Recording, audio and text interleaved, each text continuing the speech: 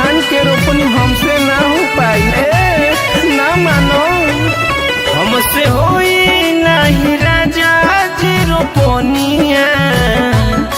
अभी नया नया बनल बानी कनिया।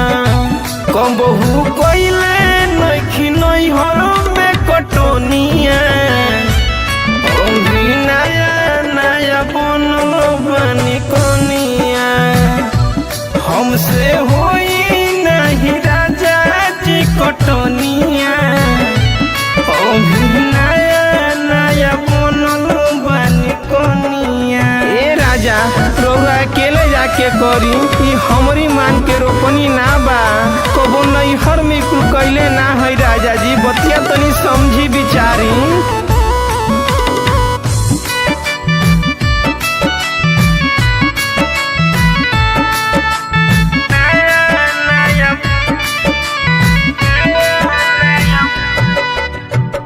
पानी में उतरब तो भीग जाई सड़िया। हमरा से होई नहीं धान के रोपनिया। हमरा से होई नहीं धान के रोपनिया। पानी में उतरब तो भीग जाई सड़िया।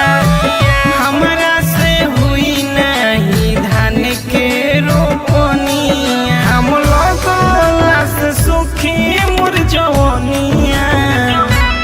अभी नया नया बनल बानी कनिया। हमसे होई नहीं राजा जी रोपनिया। अभी नया नया बनल बानी कनिया।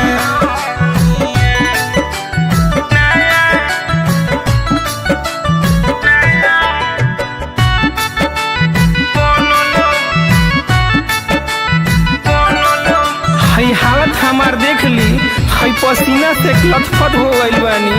हमसे ही ना हो पाई जी। कोमल कलाई हमर जाई दुखाई। दिन भर के मेहनत ना हमसे सहाई। दिन भर के मेहनत ना हमसे सहाई। कोमल कलाई हमर जाई दुखाई। दिन भर के मेहनत ना हमसे सहाई। जनी करी